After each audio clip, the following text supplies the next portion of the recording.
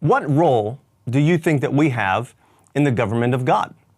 Well, in this week's Torah portion from Deuteronomy 16 to 21, it's called Shoftim. It means judges. We followed that up with the Torah portion from Isaiah 51 and 52 and the Parashat portion, Mark 14. What is going on in this section is that God is telling us how to build the government of Israel, or in this case, the government of His kingdom on earth, in a proper form.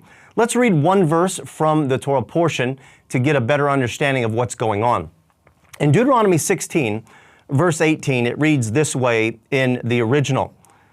Shoftim v'shotrim titen lecha b'chol sha'arecha asher Adonai Elohecha noten lecha lishvotecha ushoftu et ha'am mishpat tzedek. So what does it mean in English? It means appoint judges and officials for each of your tribes in every town the Lord your God is giving you, and they shall judge the people in this way. So it's not only that God chose Moses and Aaron, but He gave the people a certain level of involvement to make wise selections, tribal leaders, judges, and that they would judge local affairs. If something was too hard for these local judges, of course, there was another path as well, an appeal court, you might say. You were to bring the case to the Levites. And then if the Levites couldn't solve it, of course, it went to Moses and God would give him the instructions. The rest of the portion is that we get instructions on how to judge fairly. We need witnesses. We need evidence. We don't rush to judgment and we don't judge emotionally.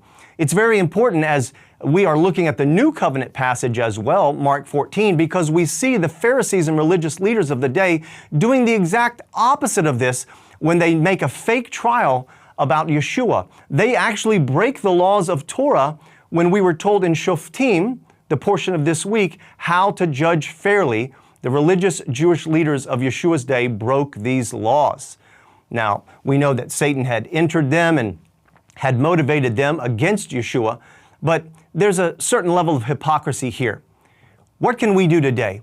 Well, let's learn from these passages. Let's be involved in our local political arena to a healthy level.